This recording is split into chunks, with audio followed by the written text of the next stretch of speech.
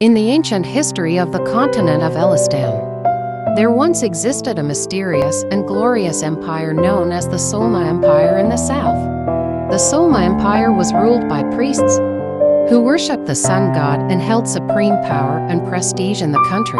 At its zenith, the Solma Empire was one of the most powerful and prosperous nations on the continent of Elistan. Its cities were grand and magnificent, its people prosperous, and the arts, sciences, and culture flourished. However, as time passed, internal corruption and power struggles within the empire escalated, leading to turmoil and unrest. The conflicts between the priests and nobles deepened, and the struggle for power became increasingly intense. While the priests sought to rule the people through the authority of divine power, the nobles sought to gain more political influence and wealth. These internal conflicts plunged the entire empire into instability. Meanwhile, other civilizations around the empire continued to grow and expand, with some countries harboring ambitions for the Solma Empire's territory.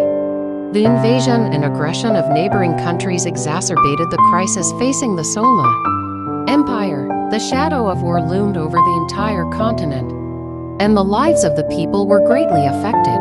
In an era of famine and chaos, the people suffered greatly, with war raging and countless lives lost to conflict and starvation. Cities were destroyed, fields lay fallow, people were displaced, and disease ravaged the land. In their efforts to maintain their own interests, the rulers of the empire resorted to brutal measures, ruthlessly suppressing dissent.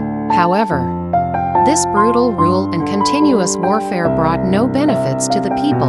On the contrary, it only intensified their suffering. Eventually, the internal divisions of the empire and the invasion of external enemies led to its complete collapse.